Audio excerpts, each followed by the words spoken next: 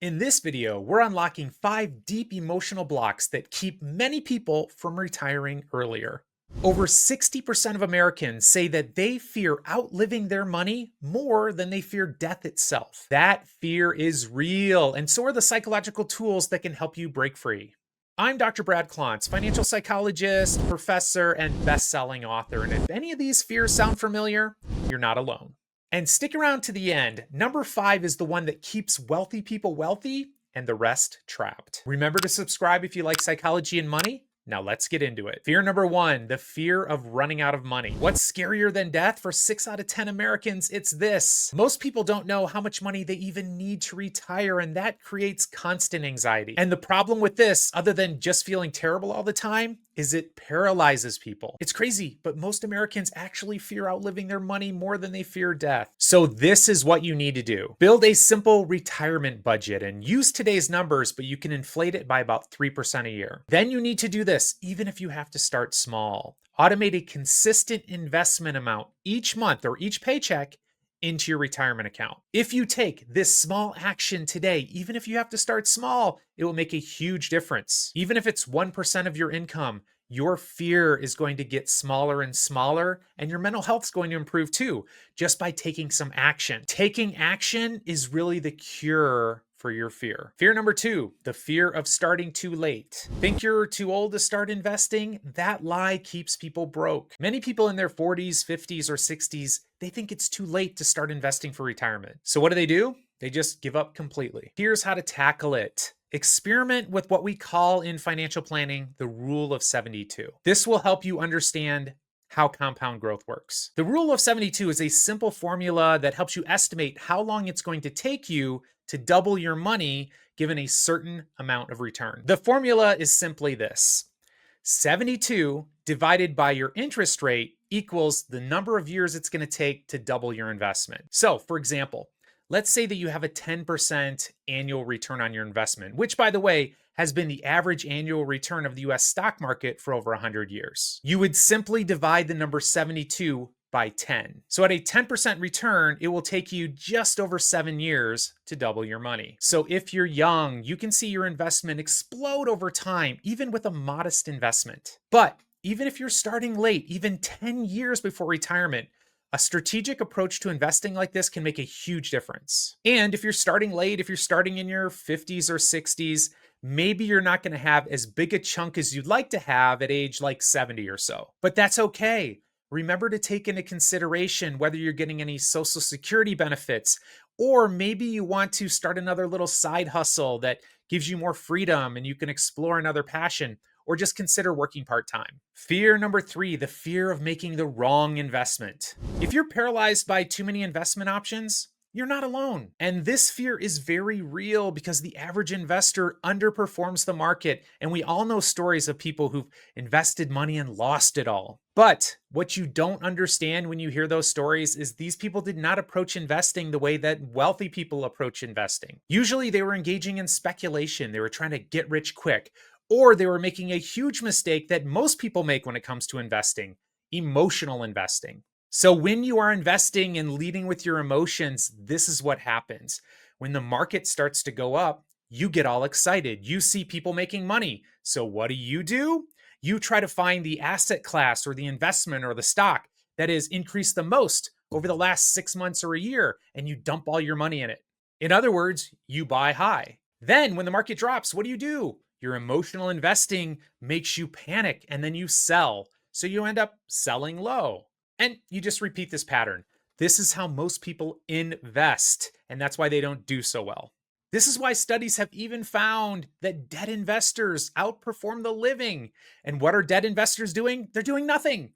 When the market goes up, they don't panic. They're not getting excited. When it goes down, they don't freak out. They're neutral. They're emotionally neutral. And so they end up doing better than us living people who are out here panicking and getting all excited. And quite frankly, that's why most wealthy people, over 90% of them, work with a financial advisor. That financial advisor can be a stopgap between that emotional excitement or that deep fear that you're losing your money, so you can make better, more logical, more beneficial investment decisions. And by the way, if you'd like to work with me and my partners over at Occidental Asset Management, I got a link in the description below. But when it comes to investing, some people want to do it themselves. And that can be okay if you can avoid those emotional investing mistakes. And if you are a DIY investor, this is not financial advice, but I'd strongly encourage you to research things called target date funds. They give you a diverse exposure to a bunch of different stocks and a bunch of different bonds that automatically adjust over time. You don't have to make any decisions, which is fabulous. You set it and you forget it. So if you are a do-it-yourself investor, research those. Again, I'm not suggesting that's right for you, but it's definitely worth a look. And this next fear is related to fear number 3. Fear number 4, a fear of market crashes. You watched your parents lose half their investments in 2008, and now you're terrified. And look, market trauma is real, whether it's happened to you, you've seen it happen to your parents or your grandparents, or even stories that you've heard about it happening to other people. And this type of trauma creates avoidance patterns, and it's going to set you up for failure. And that's why it's really important to understand market cycles. Historically, the US stock market has returned over 10% a year on an annualized basis for over 100 years. Now think about that. That takes into account World War I, World War II, the Great Depression, a bunch of other wars, a bunch of trauma that's been happening all over the globe. And for an investor, what feels like you're falling off a cliff when there's a market correction, if you stretch out your timeline and look at that investment over the course of 5 or 10 or 20 or 30 or even 40 years, it's just a blip on the screen. Ups and downs in the market are totally normal. The key for you is to make sure that you have a good investment strategy, you're diversified, you have an appropriate mix of stocks and bonds based on your risk tolerance, based on your age, based on your capacity to take risks, depending on your retirement horizon. As long as you have a very good, solid plan in place, what you do is you make sure to stick to the plan, especially in those times where the market might be going up or it might be going down. So experienced investors, they don't worry about market crashes. They know that this is a normal part of the process. And if they continue to invest in things like their 401k, they love it. They love when the market's down. Each month they're buying those investments cheaper. This brings us to fear number 5, the fear of success. And I'm not kidding. This secret fear keeps people from retiring, and they don't even know why. It turns out that many people sabotage their retirements subconsciously. They will tell you that they want to stop working, but deep down they're terrified. And because of this fear, they may sabotage themselves by not saving and investing enough. So what do they fear?